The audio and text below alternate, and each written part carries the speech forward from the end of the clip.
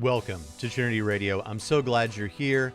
I'm Braxton Hunter, and today we're going to be taking a look at a video by Stephen Woodford of the channel Rationality Rules as he responds to William Lane Craig's comments on capturing Christianity to comedian Ricky Gervais, as Gervais talks about why he doesn't believe in God and some of the problems that he has with Christianity in general, specifically to do with Christian views, or what he thinks are Christian views on homosexuality.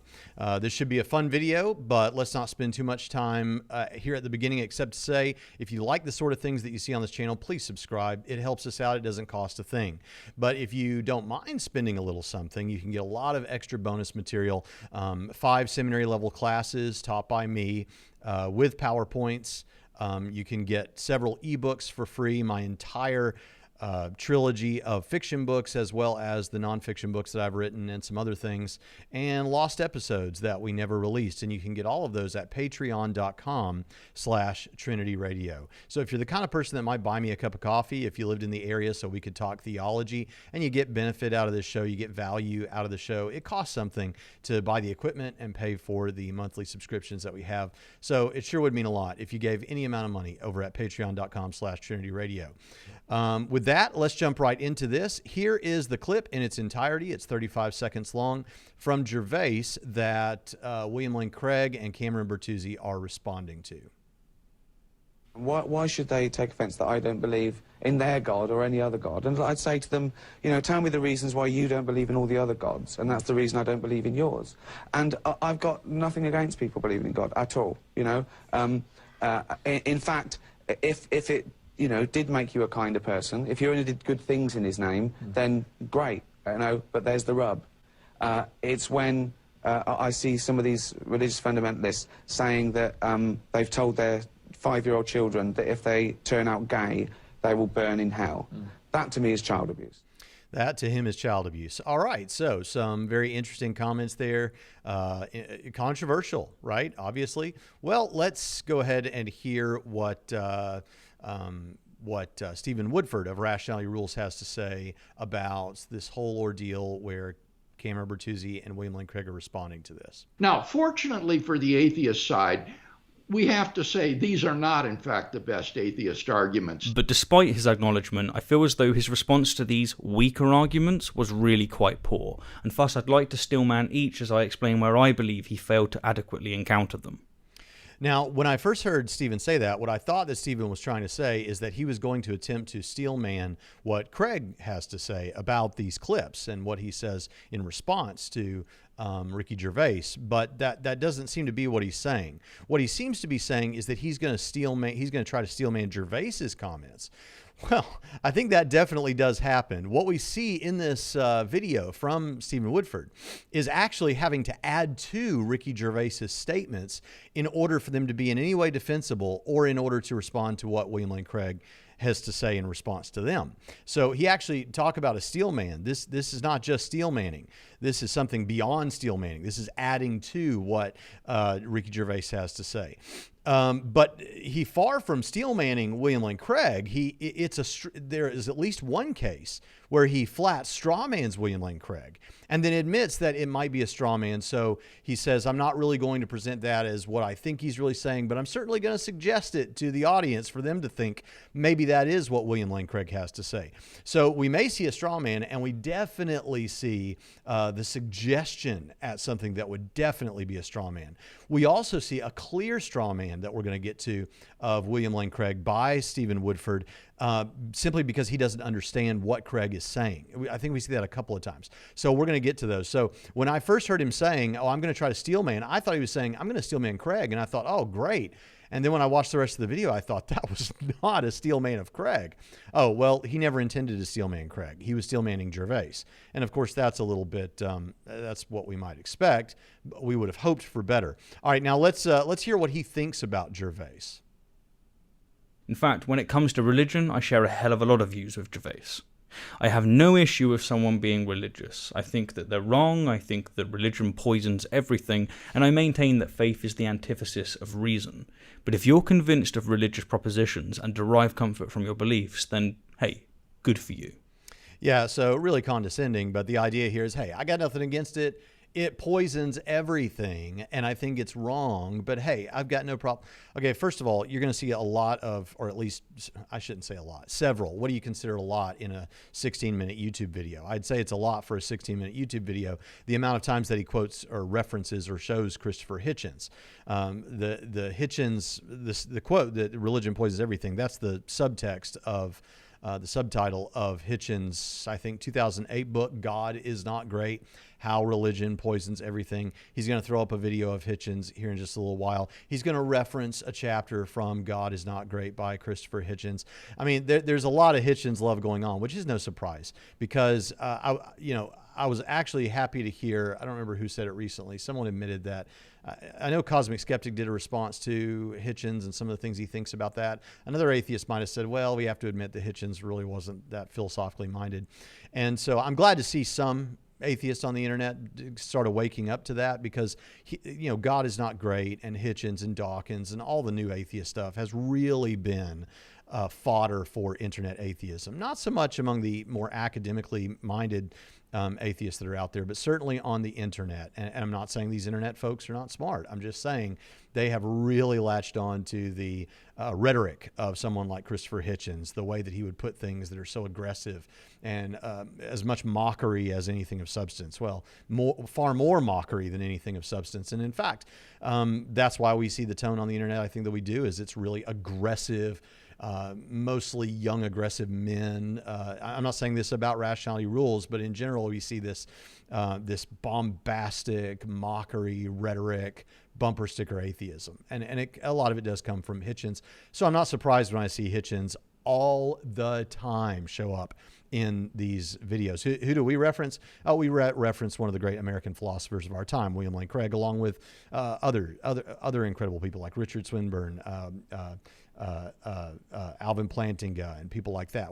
Those are the people that you hear over and over and over again is these philosophers. But what do we get? Well, we hear Christopher Hitchens and Richard Dawkins. Okay, that's what we would expect. All right, so let's move on. I think there was something else I wanted to say there, but we'll just keep trucking. What I will not stand for, however, under any circumstance whatsoever, is 1, the religious claiming jurisdiction over others based on what they take on faith, and 2, abuse.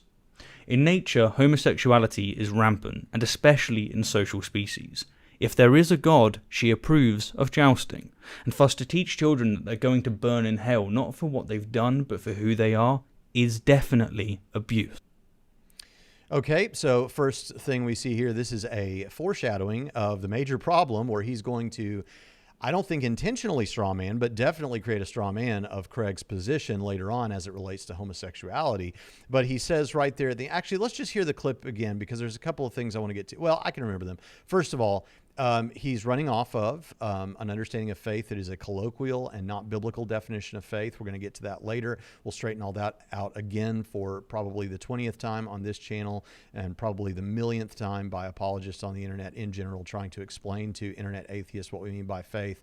Often the same people like Aaron Ra, for example, over and over and over and over again, or Matt Dillahunty, people that absolutely have heard and it has been made clear to them what the biblical understanding of faith is, but they choose to hug to the colloquial, provincial, chronocentric understanding of faith that they occasionally might run into among people in the pews, and hanging on to that because it allows them to present this dichotomy between faith and reason that is absolutely a fabrication. So we'll get to that in just a few minutes in more detail. But the thing is, God does not punish people, and it would be abuse to tell someone that God is going to send you to hell when you when there was nothing you did or chose or anything. It's just about your who you are or whatever that means. That's not what we claim. That's not what biblical Christianity claims about Christianity, about homosexuality. Someone could try to make a statement like that about original sin, but I have other videos where I talk about original sin. In fact, I think I go into great detail about the various Christian perspectives on original sin and how that's not necessary either in my last response to Rationality Rules, which was sometime around the beginning of the year. But all that to say, that's completely a misunderstanding, and we'll get to in detail why as the video rolls on. He misses faith, but also notice the indignation. I want you to listen to this clip again and listen to the indignation that he will not stand for this. What I will not stand for, however, under any circumstance circumstances whatsoever, is 1, the religious claiming jurisdiction over others based on what they take on faith, and 2, abuse. In nature, homosexuality is rampant, and especially in social species. Okay, we're going to get to the homosexuality thing again later, but here's what I want you to notice. He thinks that he is indignant about this. This cannot be allowed to go on. He won't stand for it, he even says. Interesting, because I actually think, I want to say something nice here. I think that Rationality Rules is a thoughtful atheist. I think he tries to engage with the evidence. I think that he tries to think about what Christians are saying most of the time. And I think he tries to engage with philosophy and think about the nature of reality and tries to be consistent with that. I don't think anyone can live consistently with naturalistic atheism, but I think he tries to face this thing as it is and bite the bullet even where it's not pleasant to do so. This can never be more clear when it comes to determinism and the absence of free will on atheistic naturalism, as well as what that does to morality, accountability, blameworthiness, praiseworthiness, and that ultimately whatever you do, you could not have done otherwise. So whatever you end up doing or saying or whatever else or believing, it could not have been otherwise. It was determined such that this business about I won't stand for it, it's abuse. I'm outraged about this. He didn't say he was outraged, but that's certainly the impression that we get from that sort of language. Doesn't make a whole lot of sense. In fact, here is Cosmic Skeptic having a conversation with him and asking him to detail this as best he can.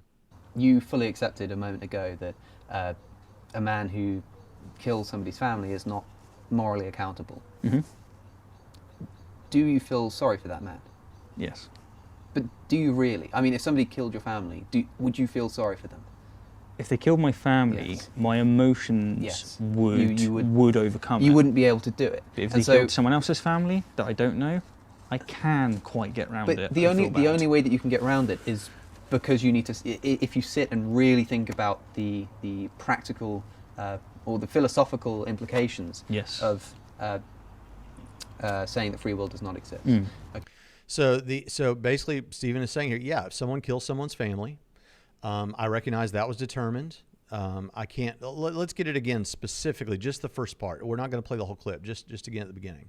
You fully accepted a moment ago that a man who kills somebody's family is not morally accountable. Mm-hmm. He's not morally accountable. In other words, this outrage and all this sort of thing, it shouldn't be there. Now, I think he's honest when, first of all, that's consistent. That's consistent with atheistic naturalism that has determinism. If determinism is true, hey, this guy was determined, so how could he be morally culpable? How could he be blameworthy for this?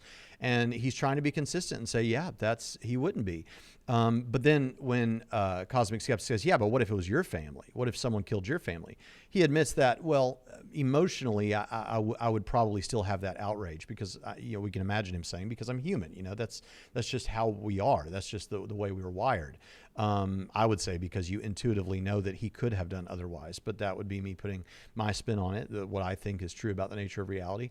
And hey, it's my show after all. But then he says, but you would have to really sit down and think philosophically about this and remind yourself that free will isn't real, that there is no free will. What I hear going on there is, and I don't doubt that they really believe that determinism is true. I don't think they're lying about that or being disingenuous. But what I hear them saying is, I really have to remind myself, I really have to pretend, I really have to remind myself that I'm going to have to pretend in order to take any kind of judicial action toward this person. Now, they do get into how they think that could go. They say that they would lock up earthquakes and tornadoes if they could. And I think Sam Harris says that in his book. That's what they're talking about. There's Sam Harris's book, Free Will. But I think we just really have to remind ourselves. We have to make ourselves believe that determinism is true. I have a much simpler explanation for morality and free will. You sense that, you intuit that you're free, and that's because you are free. You sense that people could have done otherwise, and thus they're morally accountable because that's the state of affairs. They usually could have done otherwise, and they are morally accountable. It's much cleaner on Christianity. You don't have to do all these gymnastics and jump through all these hoops. It's pretty simple. But what I really want you to see here is he's sitting here in the one hand saying, look, everything that people say, do, believe, whatever, is determined and could not have been otherwise, such that they are not morally culpable for whatever they do. On the other hand, I will not stand for people teaching children such and such about homosexuality. Now, again, he gets wrong what he thinks people are saying about homosexuality.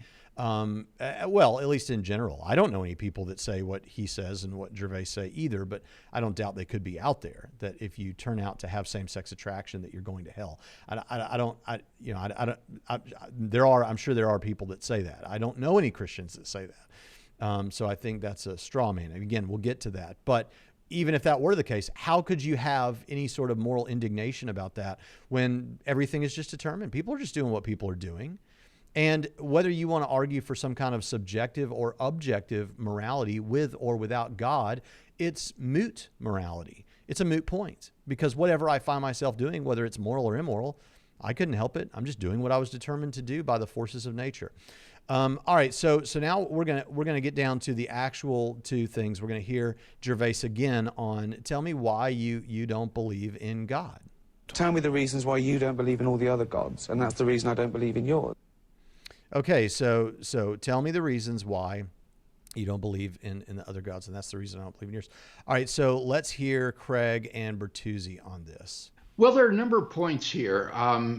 He's saying that he is tolerant of people who want to be religious, so long as they do not engage in behavior that injures others.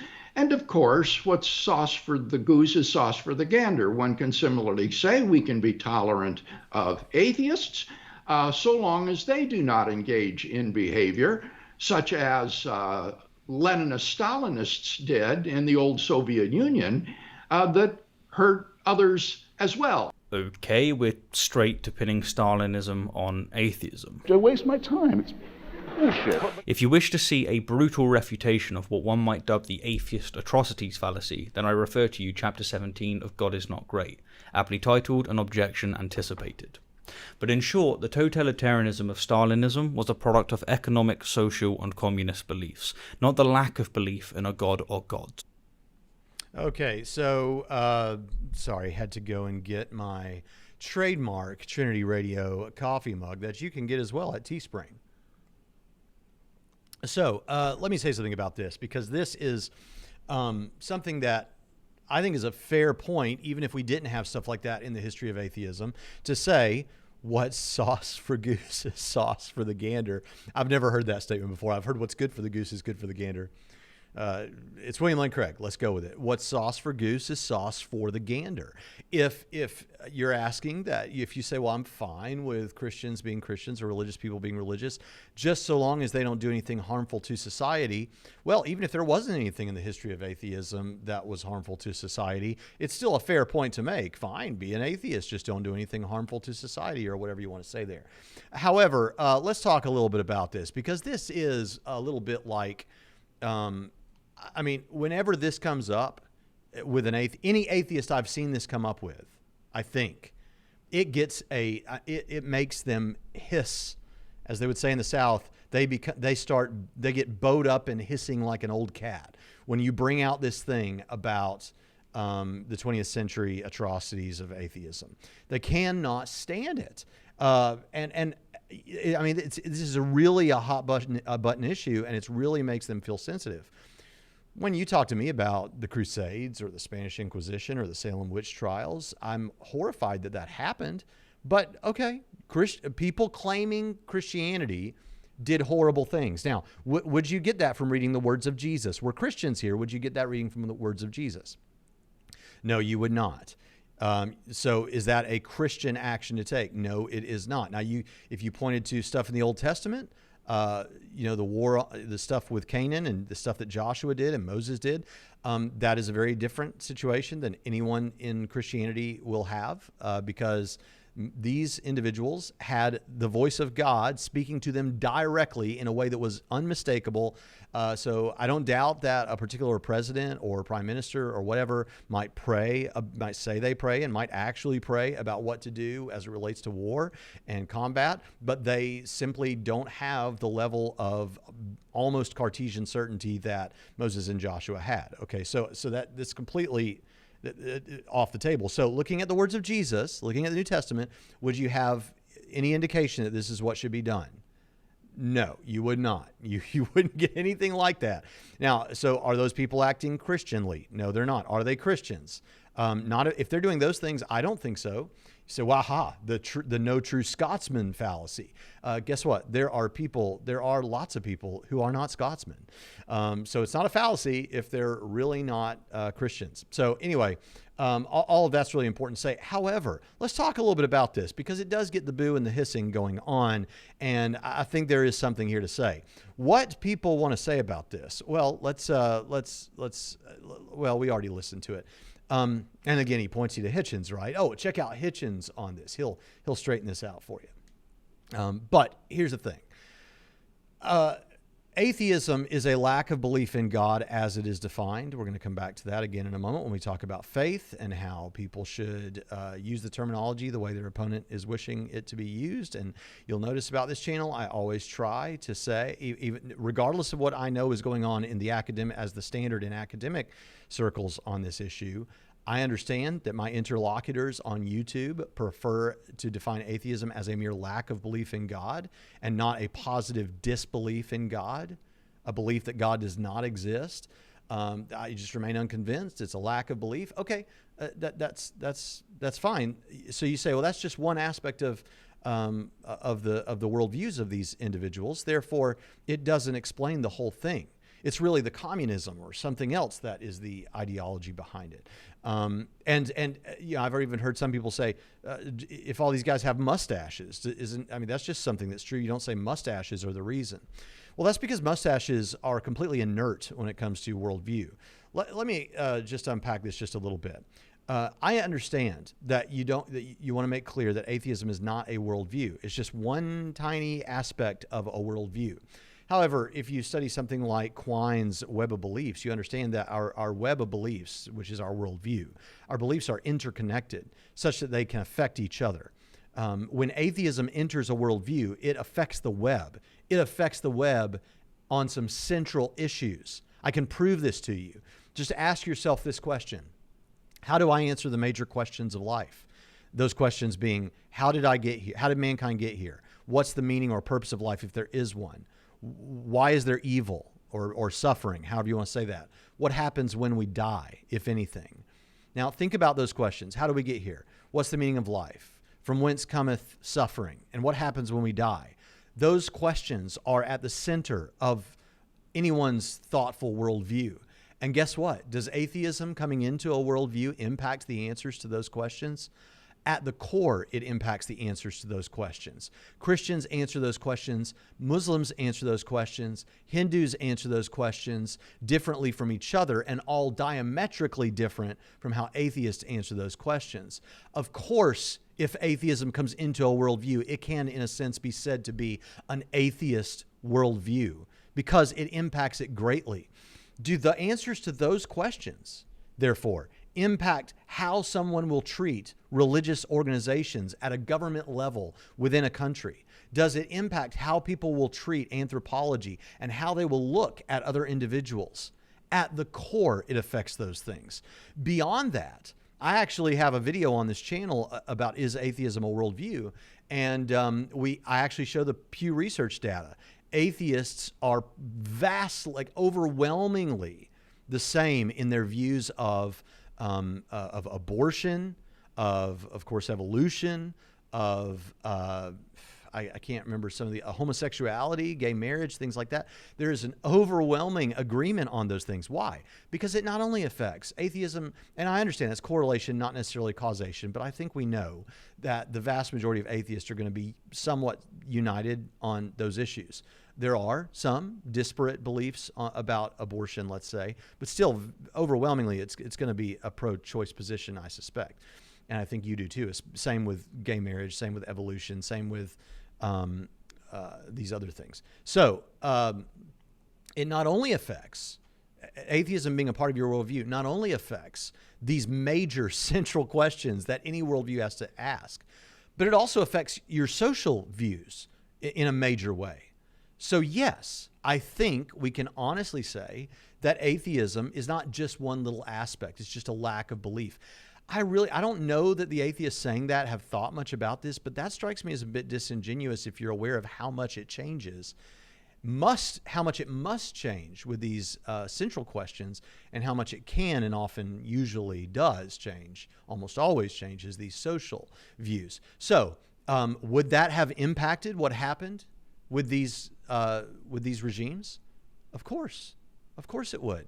But in any case, it doesn't really matter, because Craig's comment still stands that if you're going to say, I don't mind you being a Christian so long as you don't do whatever that's harmful to society, we can say, hey, what's sauce for the goose is sauce for the gander. We can say it right back to you, even if it had been the case that atheism had never led to anything awful in society. So I think all of that is important. All right, so let's get on to this thing now about faith and reason. Craig's main claim is that tolerance goes both ways, and while I of course agree with him, it's vital to emphasize the substantial difference between faith-based and reason-based intolerance.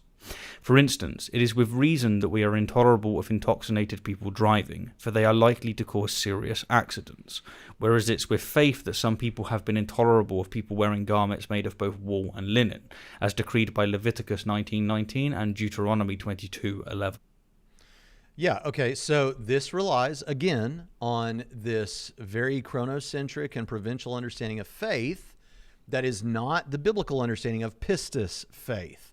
The understanding is that faith is trust, or a level of confidence in something, or a strong conviction.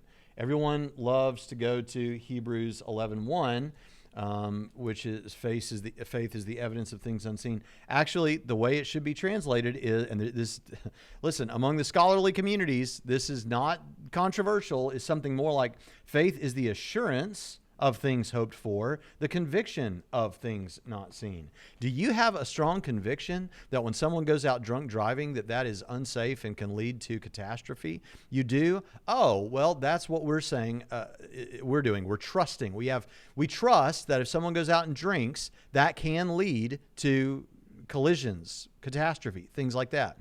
And we trust that God's going to do for us in the future what he said he would do based on what we have good evidence to believe he's done in the past. Just like you trust that, if we made drinking and driving legal, it would lead to more deaths, automobile accidents, and things like that, because we have good evidence of that from the past. Faith is confidence. Faith is trust. Faith is a conviction. The word pistis, I can prove it to you from extra biblical literature. The word pistis, by the way, is used 227 times in the New Testament. I can give you how many times and where it's used in each book of the New Testament. And also, here is a section of a letter from Theophilus of Antioch in his letter to Autolycus, book 1, chapter 8. And now notice how this is used, how faith is used. Do you not know that faith is the leading principle in all matters? For what husbandman can reap unless he first trusts his seed to the earth? Or who can cross the sea unless he first entrusts himself to the boat and the pilot? And what sick person can be healed unless first he trusts himself to the care of the physician? And what art or knowledge can anyone learn unless he first applies and entrusts himself to the teacher? If then the husbandman trusts the earth, and the sailor the boat, and the sick the physician, will you not place your confidence in God even when you hold so many pledges at his hand? So this all begins with, do you not know that faith is the leading principle in all matters? And then he gives these examples where, based on good evidence, you trust in these different things, and then therefore you have confidence in God on the basis of these things. So I'm starting to think, and I don't know that I've ever said this in a video about Stephen, and I don't know if Stephen has ever watched one of my videos. But what I do want to make very clear is YouTube atheists who have been corrected on this and been shown the evidence, people like Aaron Raw, and then continue to hug to this colloquial person in the pews understanding of faith, it's starting to feel disingenuous. Starting to is a big understatement. you now understand how the Bible means the term. You understand the truth about that. Nobody's using sophistry. Nobody's mixing things around. Nobody's doing word salad. This is just good exegesis. This is just good understanding of the languages and the terminology. So, this doesn't happen so much among the academics when we're talking about hermeneutics and stuff like this. And so I really hope that. So is that at odds with reason? No. It's reasonable not to allow drunk driving because it can lead to these things. How do we know that? Well, we trust that it'll lead to those things based on what we have good reason to believe happened in the past, right? Our confidence is high about that. Okay, same thing. We trust that God's going to do for us in the future what he said he would do on the basis of what we have good reason to believe he's done in the past. There's a trust, there's a confidence there, not without evidence, but based on evidence. So when you talk about wearing mixed fabric and people took that on faith, those people, of all people, had really good reason to believe that what God says you should do, you should totally do. So they followed what God wanted them to do because they trusted, had good evidence that that's what they should do based on what's happened in the past with the nation of Israel with God. So even in a weird case like that, it still doesn't break this apart. I'm sorry, but words mean things, and they don't necessarily mean what you'd like them to mean to make a case or what you thought they meant before watching this video. So go look up pistis in a good lexicon yourself and maybe check this out. So faith is not at all at odds with reason. All right, so let's move on now to where Stephen further defends what Gervais has said here about. Well, let's just hear it. He says, "I don't believe in your God for the same reason you don't believe in all those other gods."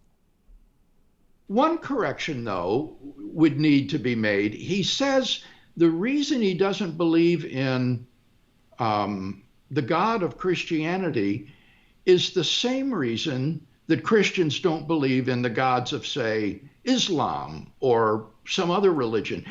And that's simply not true. What he's assuming is that there is no evidence for any of these religious beliefs and that therefore they're just arbitrary.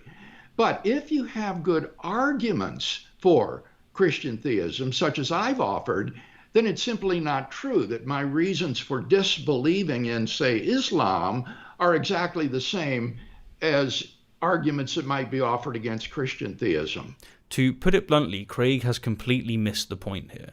He is not convinced of, say, the existence of Osiris, and the reason for that, it's fair to assume, is because he doesn't find the evidence sufficient. Well, that is precisely why Gervais does not believe in the existence of the Christian God. Hence him saying, tell me the reasons why you don't believe in all the other gods, and that's the reason I don't believe in yours. He's not saying that it's because of the exact litany of reasons, but rather that it's for why is he saying it then, Stephen? the same overarching reasons. What are they? He finds the evidence poor, the arguments fallacious, and the convenience just a tad egocentristic. Is that really why? Here's the thing. You might be able to dig around and find a clip from Ricky Gervais saying exactly those things. Perhaps. I'm sure that Ricky Gervais, I know that he is aware that there are Christian apologists who offer evidences, but William Lane Craig is responding to what's in that clip. And what's in that clip is simply this. Tell me the reasons why you don't believe in all the other gods, and that's the reason I don't believe in yours. That's all that he said. So it is fair for Craig to assume, based on that little bit of a statement, that so you're treating religion like they're all equally valid and, in your opinion, all equally false. That's certainly what it sounds like what he's saying. So I don't believe in your God for the same reasons you don't believe in these other gods. No. We don't believe in Islam because the nature of Allah is contradictory, and the things that are supposed to be true about the greatest prophet are not true about the greatest prophet, along with a lot of other things. We don't believe in Islam because the Quran says about Jesus, he did not die, they did not crucify him, which contradicts at the core the Christian message, which we think we have good arguments and evidences for. And we also think that that evidence backs up Jesus' claims about who he was as God's special eschatological agent to bring about the kingdom. And if he's representing the God of the Jews, this Yahweh, then that, of course, knocks down Hinduism, as well as a lot of other logical problems knock down Hinduism. We could keep doing this with multitudes of other religions. We have really good evidential reasons for rejecting those other religions and accepting the truth of the Christian religion. It's not because it's not just that, oh, well, we reject Christianity. You reject Christianity for the same reasons that we reject these others, unless Stephen Woodford does what he has to do, which is to back out of that and make some ambiguous claim and then add to what Ricky Gervais has said. Ricky Gervais didn't say anything about assessing the evidence. He didn't say anything about these things being egocentric or whatever. He didn't say any of that. That was all Stephen Woodford putting that on Ricky Gervais' lips. Now, perhaps somewhere Ricky Gervais has said that, but it strikes me a little bit as like this trope that happens a lot in television and movies, where some person who isn't really saying a whole lot, and then someone listening says, so I think what you're trying to tell me is this. And then they list off 15 different things that you couldn't at all have drawn from what the character said. There's a great show, or I don't know where to recommend this show, but there's a show called The Good Place with Ted Danson. Perhaps you've seen it. And there's a character that, at least in the first season of The Good Place, is John Yu. He's a monk, or he's supposed to be a Tibetan monk, but in reality, there's some confusion. He's not really a Tibetan monk. He's a DJ, and he doesn't really know a whole lot. He's kind of a dopey character. But because he's a Tibetan monk, or they think he is, he can pretend that he's taking this vow of silence and nobody will know. And Ted Danson often comes to him for advice. John Yu, I need advice on this. Wise John Yu. Well, John Yu never says anything. But Ted Danson always comes away, I think what you're telling me is this and that I should this and that. And I'm getting a little bit of a vibe like that from what's going on here, is that Stephen's like, what Ricky is really saying, and then there's like 3 or 4 things that Ricky Gervais never said in this clip. Now, again, I know Ricky Gervais is aware of Christian apologetics, so perhaps he would agree with all that Stephen says, but he didn't do that in this clip. And Craig's responding to this clip. And I don't suspect that William Lane Craig is aware of the tomes of the great philosopher Ricky Gervais that are out there somewhere that we can access. So he's responding to what's in this clip. If he misunderstood Gervais's point, then that's on Gervais because he didn't make it clear enough. He didn't say anything about all those things that Stephen brought up. And I think that's a very important piece to mention here.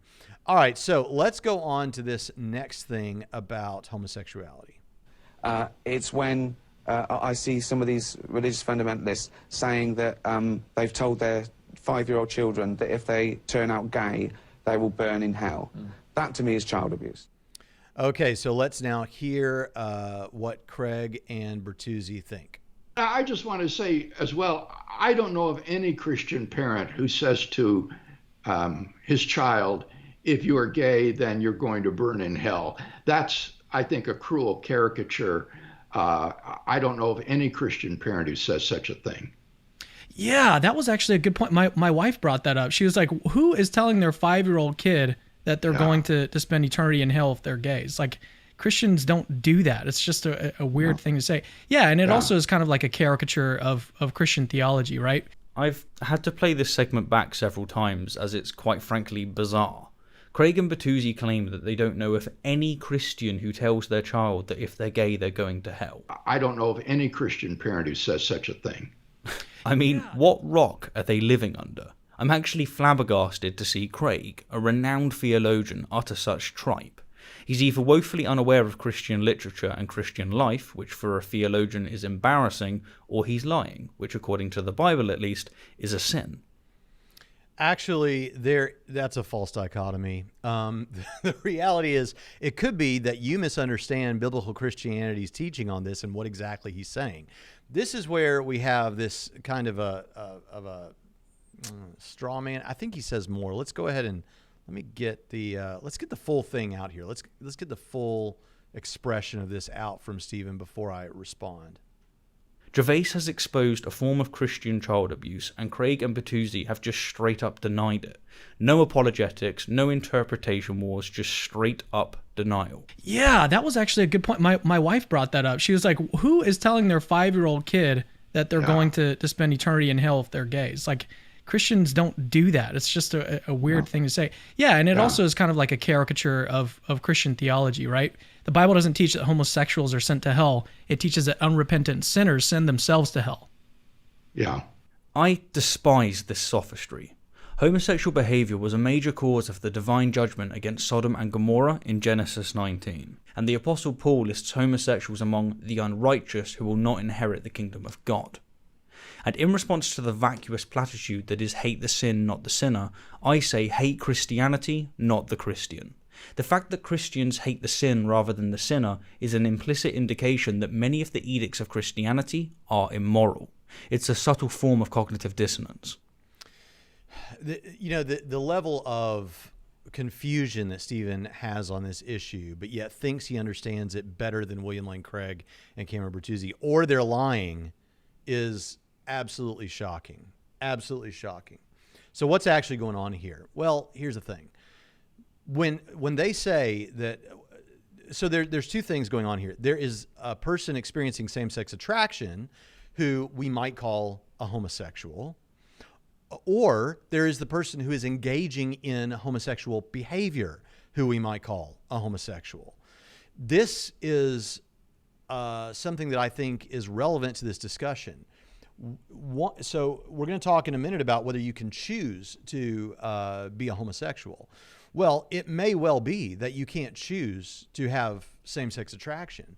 A lot of Christians do get squeamish about that whole notion, but I don't have a problem with it. We live in a fallen world. It could be that because we live in a sinful world, a world wrecked by sin, that certain things are not the way that God designed them or intended them. And so it could well be that someone has a genetic predisposition toward a homosexual or same-sex attraction. We certainly know that happens with other things, and we'll get to that in just a moment because it's going to make for a great analogy or point that I want to make. So you could have same-sex attraction and have not chosen to have same-sex attraction. But then whether you're going to act on that behavior is something that you choose to do. So Craig is saying something like this. He's saying, look, nobody's going to tell their kid that if they are homosexual, that is, if they experience same-sex attraction, that means they're going to hell. But Cameron Bertuzzi corrects this. Unrepentant behavioral, going forward, behaving homosexually, that is acting on your homosexual desire and not repenting of that. You're not a Christian if that's the case about you. And yeah, people that aren't Christians go to hell. You know why? It's not because of the homosexuality. It's because someone who is a liar or a gossip or a hypocrite or a thief and intentionally is going on in that without repenting of that is someone who's unrepentant. And if you don't repent, you can't even become a Christian. Now, is there any basis for what I'm saying here in Scripture? Like, how do I think that this is being read wrong? Well, let's go to the passage about Sodom doesn't support his case at all because this is describing what happened. But let's go to a passage where there is teaching going on. So in 1 Corinthians chapter 6 and verse 9, this is where Stephen read, but interestingly, he didn't read the whole thing. 1 Corinthians chapter 6, verse 9 says, "Or do you not know that the unrighteous will not inherit the kingdom of God?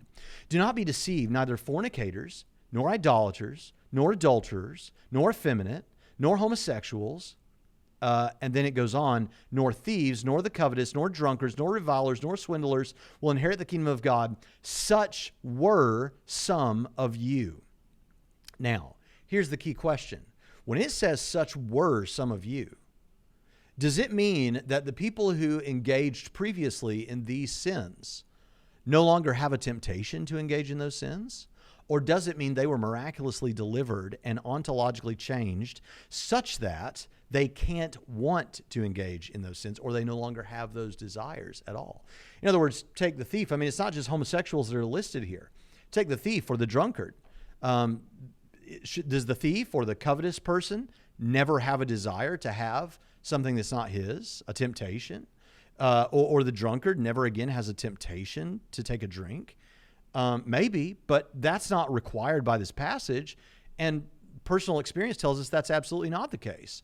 There are sins that I believe I've repented of and put behind me. And we could say about me, such were some of you. You used to be that kind of person, but you're not anymore. It doesn't mean that I don't have the temptation to still do those things. It just means I don't do those things, right? Because I have the reformer of the Holy Spirit that convicts me of sin, that when I'm about to step in a big pile of sin, don't do that, So when we come to the issue of homosexuality, what I see happening here is an individual who was involved in homosexual behavior, who has now been changed, as such were some of you. There were Corinthians who were involved in homosexual behavior who are now not involved in homosexual behavior. Just like a thief is no longer involved in thievery, or the drunkard is no longer getting drunk.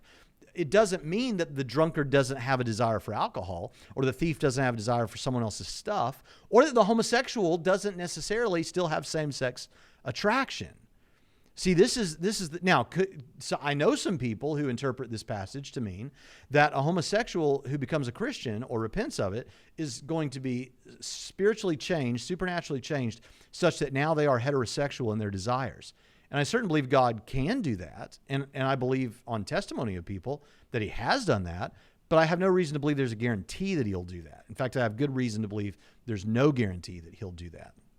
Just like there's no guarantee, and I've never even heard someone suggest that someone who was a thief will never again have a desire to steal from someone. So this is important to understand. The reason that it was a false dichotomy to say either Craig doesn't know what's going on or he's lying is no.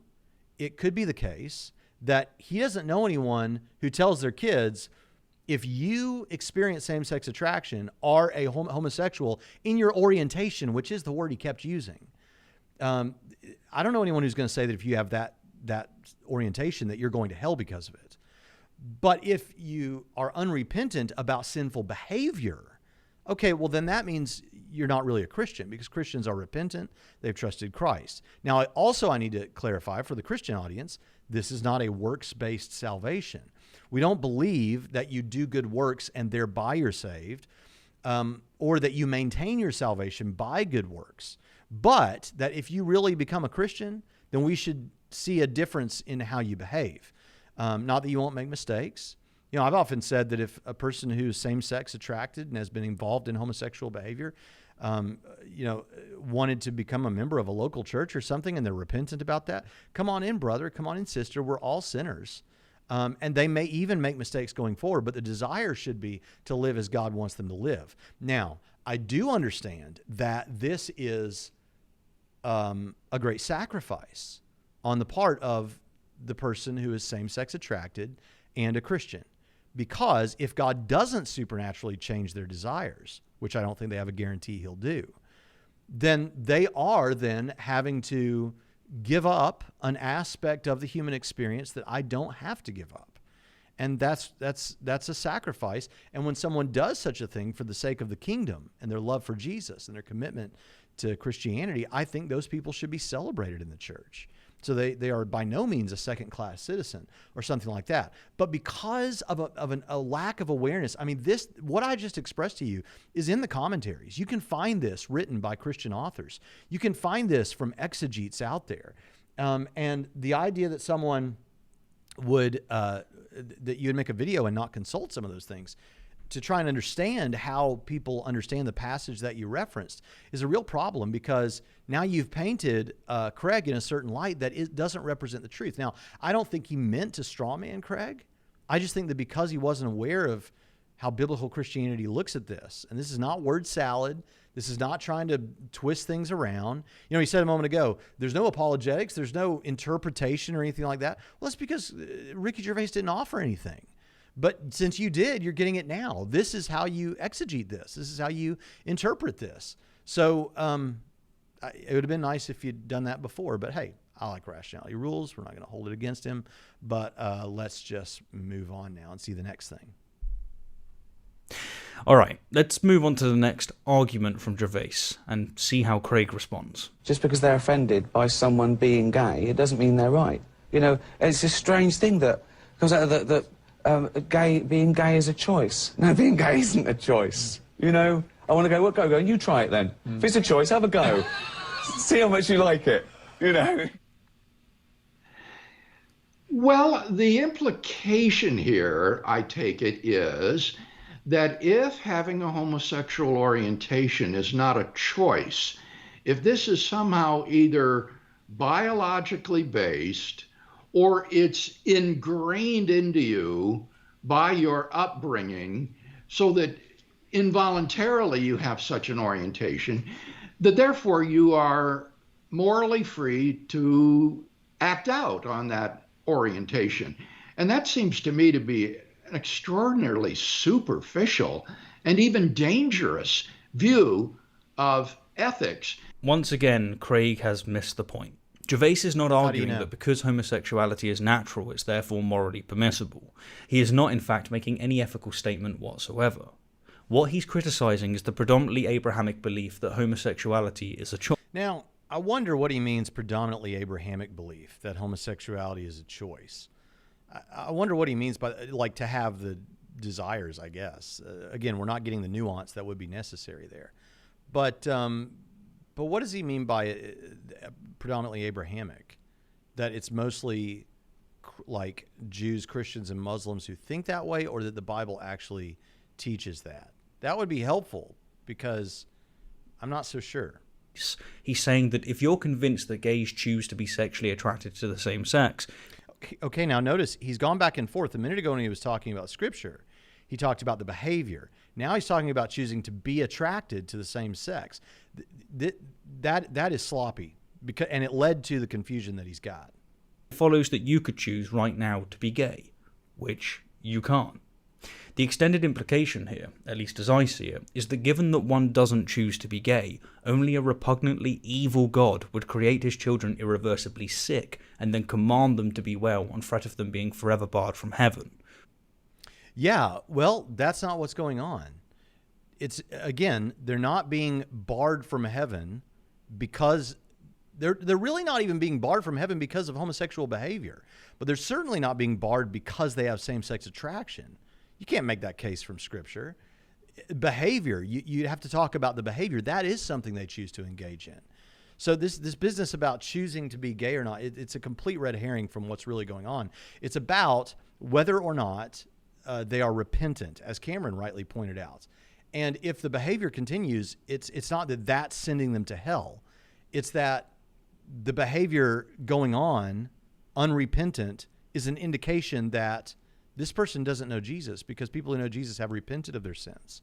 Again, doesn't mean you won't make mistakes, but if they continue on such that we can describe their life as a homosexual one, as a person engaging in homosexuality regularly, the behavior, that's a whole different ball of wax from whether you have same-sex desires. And I think that's, I don't know. But then here comes the point where he admits that he knows that Craig and Bertuzzi are not, I guess Craig, is not saying what he's suggesting they might possibly be saying.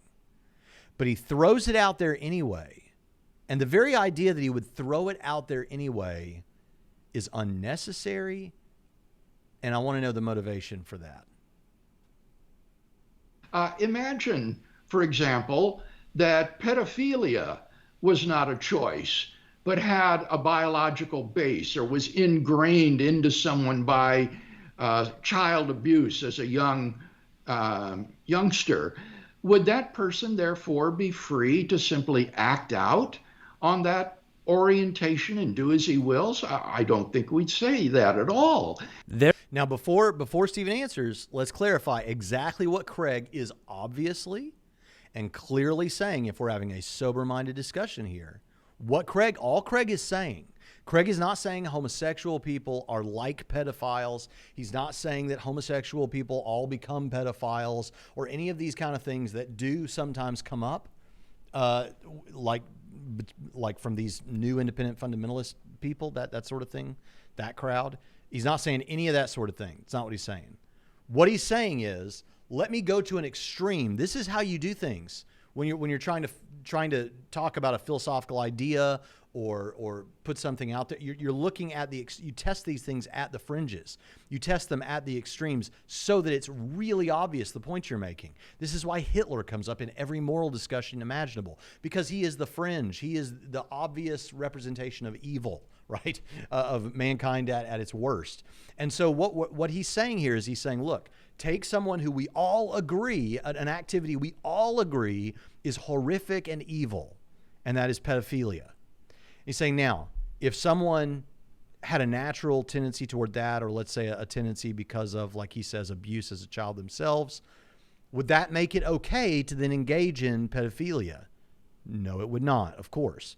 And even though Stephen Woodford thinks that Craig was misunderstanding Gervais' point, Craig's making this point. Therefore, if someone has a genetic predisposition or something in early childhood led to their involuntary same-sex attraction, it doesn't mean that it's necessarily moral or ethical to act on that. That's his point. He's not comparing these two. Now, if you've got an issue with that, understand we couldn't make this point. No one could make this point without pointing to something that everyone recognizes fits that category and is wrong. But what invariably happens is that someone will say from the other side, oh, see, you're trying to compare. You're trying to compare this to thieves or covetous people or drunkards or pedophilia. We're not saying that there's a relationship between these two, except for the fact that we're talking about things that someone may have developed this desire for a particular thing without intending to develop that desire. It just came through genetically or part of childhood development. Same thing can happen with anger issues. Some people have more of a propensity toward anger. Oh, you're saying that people that experience same-sex attraction are like angry people. No. That's not what we're saying. We're not saying they're like pedophiles. We're not saying they're like thieves. That's not the point, and that is a red herring from actually what's going on. Now, let's find out, is Stephen Woodford going to help us out with that, or is he going to drag the red herring out there a little bit further? Let's see. There's a long history of Christians conflating acts of homosexuality with acts of pedophilia. Oh, he's going to continue the red herring. All while ignoring the absolutely crucial fact that the former is based on informed consent and the latter is not. Absolutely. Look at me, Internet. Look at me, Stephen Woodford, if you ever see this. I am happy to agree with you that pedophilia is worse, far worse than homosexuality or fornication or adultery or whatever else. It's far worse. Well, not whatever else, but a lot of those kind of things. Wait a minute, Braxton. Are you agreeing that some sin? I thought all sins were created equal. Some sins are worse than others. Now, this is the way I look at it. We all need Jesus because we're all sinners. So if you drop one droplet of grape juice on a carpet, a white carpet, or if you dump a whole gallon, in either case, that carpet needs to be cleaned. But one is a whole lot worse than the other. Relevant thing to mention here. I'd like to think that Craig is not dog whistling here, but is rather bolstering his accusation of the naturalistic fallacy. Exactly, because that was the context. And I am, in fact, going to assume as much. That's good. Then why did you bring this up? But for what it's worth, I do think that both Craig and Bertuzzi did the homosexual community a disservice here. I think that Stephen Woodford did Bertuzzi and Craig a disservice here by suggesting that they might be saying something that they did not say. And so I'm sure it really bothers them a whole lot that you have that position that they did a disservice, but it actually is the complete other way around, because that was not the point they were making, and you made it sound like it was. Even if you said you're going to assume it wasn't, you certainly suggested it. So I've said some straightforward things here, but I do like Stephen as an individual. I think that what I can say about him is he does try to understand things at a philosophical level. He seems academically minded as far as that goes. I like the direction he goes. I like the topics that he tries to cover in his videos. And I'm sure I'd have a great conversation with him if he was sitting in the room with me right now. So it's nothing personal. I always want to say on these shows, I'm not attacking the individual. I'm attacking the concepts. And concepts are up for grabs. A lot of horrible things have happened in the history of the world because people were afraid to confront ideologies. Ideologies are not persons. And I'm not attacking the person, but I am attacking the ideologies. Listen, I appreciate you all taking the time to watch this video. Again, check us out on patreon.com/Trinity Radio. Check us out on the Trinity Radio Primetime Discussion Group on Facebook. Follow me at Brax Hunter on Twitter, and I'll see you next time on Trinity Radio.